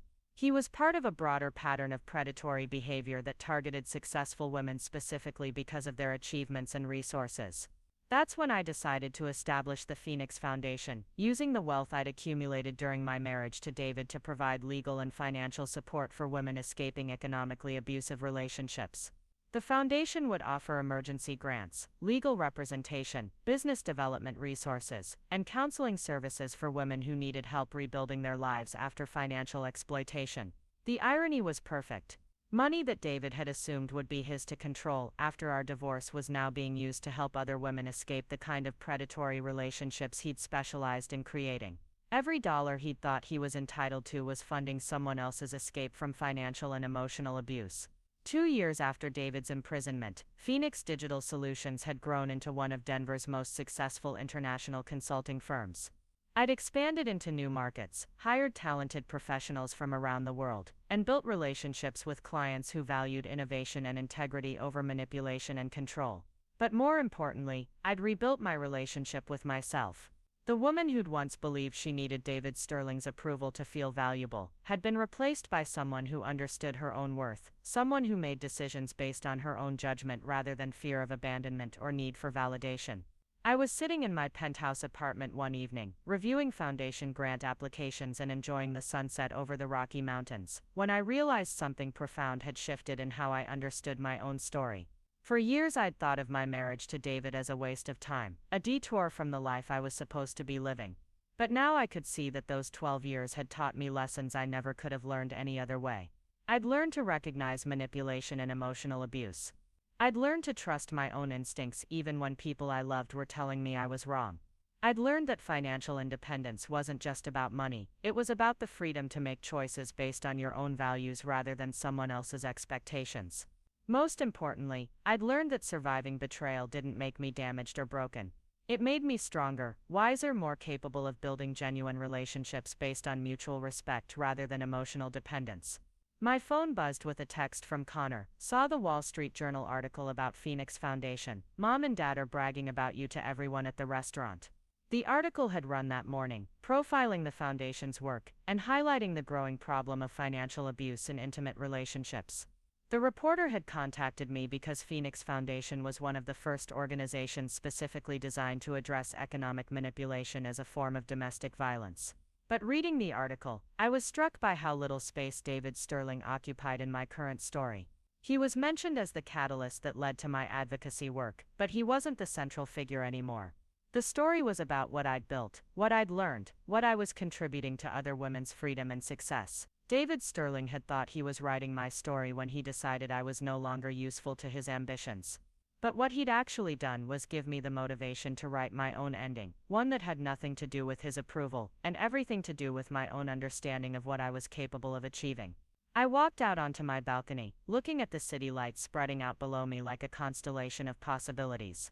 Tomorrow I would wake up in a home I'd bought with money I'd earned, go to work at a company I'd built with my own vision and effort, and continue funding a foundation that was helping other women escape the kind of predatory relationship I'd survived.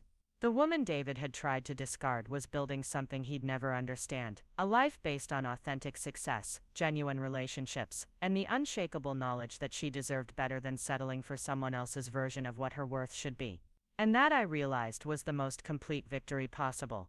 Not just surviving his betrayal, but transforming it into something that protected other women from experiencing what I'd endured. Not just rebuilding my life, but using my experience to build something that would outlast both of us. David Sterling had taught me that some people saw love as an opportunity for exploitation, but my response had been to prove that love could also be a foundation for justice, healing, and genuine transformation. The phoenix rises not just from ashes but into something more beautiful and powerful than what existed before the fire. And I was finally ready to soar. Up next, you've got 2 more standout stories right on your screen. If this one hit the mark, you won't want to pass these up. Just click and check them out.